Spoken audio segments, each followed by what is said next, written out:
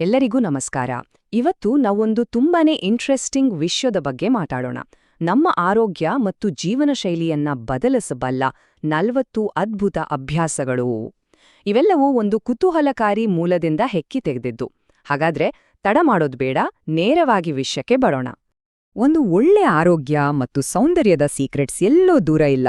ಬದಲಿಗೆ ನಮ್ಮ ದೈನಂದಿನ ಅಭ್ಯಾಸಗಳಲ್ಲಿ, ನಮ್ಮ ಅಡಿಗೆ ಮನೆಯಲ್ಲೇ ಅಡಗಿರಬಹುದು ಅಂದ್ರೆ ನಂಬುತ್ತೀರಾ? ಹೌದು. ಈ ಪ್ರಶ್ನೆಯೊಂದಿಗೆ ನಮ್ಮ ಇವತ್ತಿನ ಚರ್ಚೆ ಶುರು ಮಾಡೋಣ. ಇದರ ಉತ್ತರಗಳು ಖಂಡಿತ ನಮ್ಮೆಲ್ಲರನ್ನೂ ಆಶ್ಚರ್ಯಪಡಿಸಬಹುದು. ಸರಿ, ಹಾಗಾದ್ರೆ ಮೊದಲನೇದಾಗಿ ನಾವು ಶಕ್ತಿಯುತ ಆಹಾರ ಮತ್ತು ಪಾನೀಯಗಳ ಬಗ್ಗೆ ನೋಡೋಣ. ನಮ್ಮ ಇಮ್ಯುನಿಟಿ ಬೂಸ್ಟ್ ಮಾಡೋದ್ರಿಂದ ಹಿಡಿದು ಮೂಳೆಗಳನ್ನು ಗಟ್ಟಿ ಮಾಡೋವರೆಗೂ ನಾವು ತಿನ್ನೋ ಆಹಾರದಲ್ಲಿ ಮಾಡ್ಕೊಳ್ಳೋ ಸಣ್ಣ ಪುಟ್ಟ ಬದಲಾವಣೆಗಳು ನಮ್ಮ ಆರೋಗ್ಯದ ಮೇಲೆ ಎಷ್ಟು ದೊಡ್ಡ ಬದಲಾವಣೆ ತರಬಹುದು ಅಂತ ಈ ವಿಭಾಗದಲ್ಲಿ ನೋಡೋಣ ಬನ್ನಿ. ಈ ಪಾನೀಯಗಳನ್ನ ನೋಡಿ, ಪ್ರತಿಯೊಂದಕ್ಕೂ ಅದರದೇ ಆದ ಸ್ಪೆಷಾಲಿಟಿ ಇದೆ. ಕ್ಯಾರೆಟ್, ನೆಲ್ಲಿಕಾಯಿ ಮತ್ತೆ ಬೀಟ್ರೂಟ್ ಜ್ಯೂಸ್ ಇದೆಯಲ್ಲ, ಇದು ಕಣ್ಣು ಮತ್ತೆ ಚರ್ಮಕ್ಕೆ ತುಂಬಾನೇ ಒಳ್ಳೆದು. ಇನ್ನು ಎಳೆನೀರು ಕಿಡ್ನಿ ಸ್ಟೋನ್ ಸಮಸ್ಯೆ ಇರೋರಿಗೆ ಅಥವಾ ಉರಿತಕ್ಕೆ ಒಳ್ಳೆ ಪರಿಹಾರ ಕೊಡುತ್ತೆ. ಹಾಗೆಯೇ ಬೆಳಿಗ್ಗೆ ಹೊತ್ತು ಮೊಸರು ತಿಂದ್ರೆ ಮನಸ್ಸಿಗೆ ತಂಪು ಸಿಗುತ್ತೆ. ರಾತ್ರಿ ಮಲ್ಗೋ ಮುಂಚೆ ಅರಿಶಿನ ಹಾಲು ಕುಡಿಯೋದು ಯಂಗಾಗಿ ಕಾಣೋಕೆ ಹೆಲ್ಪ್ ಮಾಡುತ್ತೆ. ನಮ್ಮ ಮೂಲದ ಪ್ರಕಾರ ಮೂಳೆಗಳ ಆರೋಗ್ಯಕ್ಕೂ ಕೆಲವು ಸಿಂಪಲ್ ಪರಿಹಾರಗಳಿವೆ. ಕರೋಂದಾ ಅನ್ನೋ ಹಣ್ಣಿನಲ್ಲಿ ಕ್ಯಾಲ್ಶಿಯಂ ಜಾಸ್ತಿ ಇರೋದ್ರಿಂದ ಅದು ಮೂಳೆಗಳನ್ನ ಬಲಪಡಿಸುತ್ತೆ.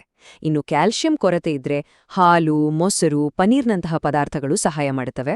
ಒಂದು ಇಂಟ್ರೆಸ್ಟಿಂಗ್ ವಿಷಯ ಅಂದ್ರೆ, ಬಿಸಿ ಹಾಲಿನ ಜೊತೆ ಜಿಲೇಬಿ ತಿನ್ನೋದು ಕೀಲು ನೋವಿಗೆ ಪರಿಹಾರವಂತೆ. ಇದು ಕೇಳೋಕೆ ಸ್ವಲ್ಪ ವಿಚಿತ್ರ ಅಲ್ಲ, ಆದ್ರೆ ಇದು ಒಂದು ಹಳೆಯ ಜಾನಪದ ಮನೆಮದ್ದಿರ್ಬೋದು. ಇಲ್ಲಿ ನೋಡಿ, ಎಂಥ ಸಿಂಪಲ್ ಆದ ಟಿಪ್. ನಮ್ಮ ದೇಹಕ್ಕೆ ವೈಟಮಿನ್ ಸಿ ತುಂಬಾನೇ ಮುಖ್ಯ. ಅದರ ಕೊರತೆಯನ್ನ ನೀಗಿಸೋಕೆ ಪ್ರತಿದಿನ ನೆಲ್ಲಿಕಾಯಿ ಮುರಬ್ಬ ತಿಂದ್ರೆ ಸಾಕು. ಇದೊಂದು ಸಣ್ಣ ಅಭ್ಯಾಸ, ಆದ್ರೆ ಲಾಂಗ್ ಟರ್ಮ್ನಲ್ಲಿ ಇದರಿಂದ ಸಿಗೋ ಲಾಭ ಮಾತ್ರ ದೊಡ್ಡದು. ಸರಿ, ಈಗ ನಮ್ಮ ಮುಂದಿನ ವಿಭಾಗಕ್ಕೆ ಹೋಗೋಣ.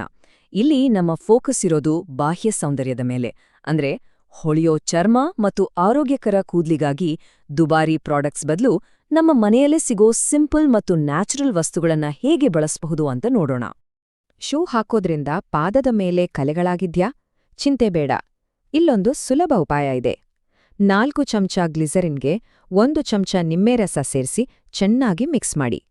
ಇದನ್ನ ಪ್ರತಿದಿನ ಕಲೆಗಳ ಮೇಲೆ ಹಚ್ಚಿ ಒಂದು 10 ನಿಮಿಷ ಬಿಟ್ಟು ತೊಳೆದ್ರೆ ಸಾಕು. ಕೆಲವೇ ದಿನಗಳಲ್ಲಿ ಕಲೆಗಳು ಮಾಯವಾಗುತ್ತೆ. ಫಾಲೋ ಮಾಡೋಕ್ಕೂ ತುಂಬಾನೇ ಸುಲಭ. ಮುಖದ ಕಾಂತಿ ಹೆಚ್ಚಿಸೋಕೆ ಇಲ್ಲಿ ಕೆಲವು ಸಿಂಪಲ್ ಮನೆಮದ್ದುಗಳಿವೆ. ನೋಡಿ, ನಾವು ಬಿಸಾಕೋ ಬಾಳೆಹಣ್ಣಿನ ಸಿಪ್ಪೆಯಲ್ಲೂ ಎಷ್ಟೆಲ್ಲ ಉಪಯೋಗ ಇದೆ. ಅದನ್ನ ಮುಖಕ್ಕೆ ಉಜ್ಜೋದ್ರಿಂದ ಹಿಡಿದು ರಾತ್ರಿ ಬಾದಾಮಿ ಎಣ್ಣೆಯಿಂದ ಮಸಾಜ್ ಮಾಡೋವರೆಗೂ ಪ್ರತಿಯೊಂದು ಟಿಪ್ ಕೂಡ ನ್ಯಾಚುರಲ್. ಮೆಂಥ್ಯ ಮತ್ತು ಹಾಲಿನ ಪೇಸ್ಟ್ ಸ್ಕಿನ್ ಟೈಟ್ ಮಾಡಿದ್ರೆ ಬೇವಿನ ಎಲೆಗಳ ರಸ ಮುಡವೆಗಳಿಗೆ ರಾಮಬಾಣ. ಕೂದಲಿನ ವಿಷಯಕ್ಕೆ ಬಂದ್ರೆ, ನಾವ್ ಮಾಡೋ ಸಣ್ಣ ಸಣ್ಣ ತಪ್ಪುಗಳೇ ದೊಡ್ಡ ಡ್ಯಾಮೇಜ್ ಮಾಡತ್ತೆ. ಹಾಗಾದ್ರೆ ಏನ್ ಮಾಡ್ಬೇಕು, ಏನ್ ಮಾಡ್ಬಾರ್ದು ನೋಡೋಣ ಬನ್ನಿ. ಕೂದಲನ್ನ ಬಿಸಿ ನೀರಿಂದ ತೊಳೆಯೋದು ಮತ್ತೆ ಒದ್ದೆ ಇದ್ದಾಗ್ಲೇ ಬಾಚೋದು ಕೂದಲಿನ ಬೇರುಗಳನ್ನ ವೀಕ್ ಮಾಡುತ್ತೆ. ಅದ್ರ ಬದಲು ತಣ್ಣೀರು ಅಥವಾ ಉಗುರು ಬೆಚ್ಚಗಿನ ನೀರು ಬಳಸಿ ಕೂದಲು ಒಣಗಿದ ಮೇಲೇನೆ ಬಾಚ್ಕೊಳ್ಳೋದು ಒಂದು ಒಳ್ಳೆ ಅಭ್ಯಾಸ. ಈಗ ನಮ್ಮ 3ನೇ ವಿಭಾಗಕ್ಕೆ ಬರೋಣ. ಇಲ್ಲಿ ನಾವು ಮಾತಾಡೋಣ ಕೆಲವು ಕಾಮನ್ ಆರೋಗ್ಯ ಸಮಸ್ಯೆಗಳ ಬಗ್ಗೆ. ಅದಕ್ಕೆ ನಮ್ಮ ಅಡಿಗೆ ಮನೆಯಲ್ಲೇ ಸಿಗೋ ವಸ್ತುಗಳನ್ನ ಬಳಸಿ ಹೇಗೆ ಪರಿಹಾರ ಕಂಡುಕೊಳ್ಳಬಹುದು ಅಂತ ನೋಡೋಣ. ಸಣ್ಣಪುಟ್ಟ ಸಮಸ್ಯೆಗಳಿಗೆ ಇದೊಂದು ಪ್ರಾಕ್ಟಿಕಲ್ ಗೈಡ್ ಅಂತಾನೆ ಹೇಳ್ಬೋದು. ಜ್ವರ ಬಂದಾಗೆಲ್ಲ ಟ್ಯಾಬ್ಲೆಟ್ಸ್ ತಗೊಳ್ಳೋ ಬದಲು ಗಿಲಾಯ್ ಅಥವಾ ಅಮೃತಬಳ್ಳಿಯ ಈ ಕಷಾಯವನ್ನೊಮ್ಮೆ ಟ್ರೈ ಮಾಡ್ನೋಡಿ. ಮಾಡೋದು ತುಂಬಾನೇ ಸುಲಭ. 1 ಗ್ಲಾಸ್ ನೀರಿಗೆ ಗಿಲಾಯ್ ತುಂಡು ಹಾಕಿ ನೀರು ಅರ್ಧ ಆಗೋವರೆಗೂ ಕುದಿಸಿ. ಆಮೇಲೆ ಅದು ಉಗುರು ಬೆಚ್ಚಗೆ ಆದ್ಮೇಲೆ ಚಾ ಥರ ನಿಧಾನವಾಗಿ ಕುಡೀರಿ. ಇದು ಜ್ವರ ಬೇಗ ಕಡಿಮೆ ಆಗೋಕೆ ಸಹಾಯ ಮಾಡುತ್ತೆ. ಈ ಸ್ಲೈಡ್ ಬೇರೆ ಬೇರೆ ತರದ ನೋವುಗಳಿಗೆ ಸರಳ ಪರಿಹಾರಗಳನ್ನ ತೋರಿಸುತ್ತೆ. ಕೀಲು ನೋವಿಗೆ ಶುಂಠಿ ರಸ ಸರಿ, ಹೊಟ್ಟೆ ಭಾರಕ್ಕೆ ನಿಂಬೆ ಉಪ್ಪು ನೀರು ಕೂಡ ಓಕೆ. ಆದರೆ ಬೆನ್ನು ನೋವಿಗೆ ಎಮ್ಮೆಯ ಹಸಿ ಹಾಲು, ಇದು ಸ್ವಲ್ಪ ವಿಭಿನ್ನವಾದ ಸಾಂಪ್ರದಾಯಿಕ ಪರಿಹಾರ ಅಂತ ಅನ್ಸುತ್ತೆ. ನಮ್ಮ ಮೂಲಗಳು ಈ ಪರಿಹಾರಗಳನ್ನ ಸೂಚಿಸುತ್ತವೆ. ಗಂಟಲು ಕೆರೆತಾ ಇದೆಯಾ ಅಥವಾ ಕೆಮ್ಮು ಬರ್ತಾ ಇದೆಯಾ? ಇಲ್ಲಿದೆ ನೋಡಿ 2 ತುಂಬಾನೇ ಸಿಂಪಲ್ ಟಿಪ್ಸ್. ಹುರಿದ ಸೀಬೆಹಣ್ಣು ಅಥವಾ ಹುರಿದ ಕಡ್ಲೆಕಾಯಿ ತಿಂದ್ರೆ ಆರಾಮ ಸಿಗುತ್ತೆ. ಇದು ಖಂಡಿತವಾಗಿಯೂ ಟ್ರೈ ಮಾಡ್ಬೋದಾದ ಒಂದು ಸುಲಭ ಉಪಾಯ. ಸರಿ, ಇಲ್ಲಿವರೆಗೂ ನಾವು ಪರಿಹಾರಗಳ ಬಗ್ಗೆ ನೋಡಿದ್ವಿ. ಈಗ ತುಂಬಾನೇ ಮುಖ್ಯವಾದ ವಿಭಾಗಕ್ಕೆ ಬಂದಿದ್ದೀವಿ. ನಾವು ಪ್ರತಿದಿನ ಪಾಲಿಸಬೇಕಾದ ಕೆಲವು ಅಭ್ಯಾಸಗಳು ಮತ್ತೆ ಕೆಲವು ಗಂಭೀರ ಎಚ್ಚರಿಕೆಗಳ ಬಗ್ಗೆ ತಿಳಿದುಕೊಳ್ಳೋಣ.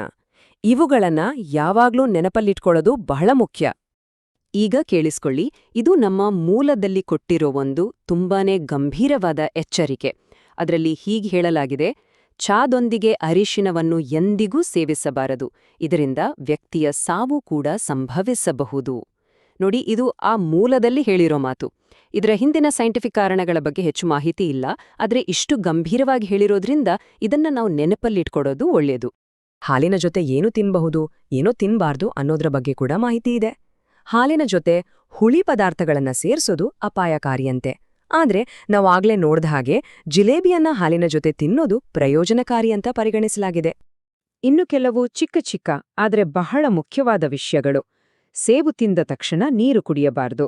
ಜ್ಯೂಸ್ ಮಾಡಿದ್ರೆ ಅದನ್ನ ಫ್ರೆಶ್ ಆಗಿಯೇ ಕುಡಿಬೇಕು. ನೆನ್ಸಿದ ಬಾದಾಮಿ ತಿಂದ್ರೆ ಅದರ ಸಿಪ್ಪೆ ತೆಗೆದು ತಿನ್ಬೇಕು. ಇನ್ನು ಅಡುಗೆ ಮಾಡಿದ ಮೇಲೆ ಉಪ್ಪಾಕೋ ಅಭ್ಯಾಸ ಬೇಡ. ಕೊನೆಯದಾಗಿ, ಜಾಸ್ತಿ ಟೆನ್ಷನ್ ಮಾಡ್ಕೊಂಡ್ರೆ ಬೇಗ ವಯಸ್ಸಾದ ಹಾಗೆ ಕಾಣುತ್ತೆ, ಸೊ ಚಿಂತೆ ಬಿಡಿ. ಹಾಗಾದ್ರೆ ಇವತ್ತಿನ ಈ ಚರ್ಚೆಯಿಂದ ನಾವು ಮರಿಬಾರ್ದ 3 ಮುಖ್ಯ ವಿಷಯಗಳು ಅಂದ್ರೆ ಅರಿಶಿನ ಹಾಲು ಕುಡಿಯೋದು, ಕೂದಲಿಗೆ ಬಿಸಿ ನೀರು ಬಳಸದೇ ಇರೋದು ಮತ್ತು ಎಲ್ಲಕ್ಕಿಂತ ಮುಖ್ಯವಾಗಿ ಚಹಾ ಜೊತೆ ಅರಿಶಿಣದ ಕಾಂಬಿನೇಷನ್ ಅನ್ನ ಕಟ್ಟುನಿಟ್ಟಾಗಿ ಅವಾಯ್ಡ್ ಮಾಡೋದು. ಈ 3ಅನ್ನಂತೂ ಖಂಡಿತ ನೆನ್ಪಿನಲ್ಲಿಡಿ. ಕೊನೆಯದಾಗಿ ಒಂದು ಮುಖ್ಯವಾದ ಸೂಚನೆ: ಇಲ್ಲಿ ಹೇಳಿರೋದೆಲ್ಲ ಸಾಮಾನ್ಯ ಮಾಹಿತಿ ಮಾತ್ರ.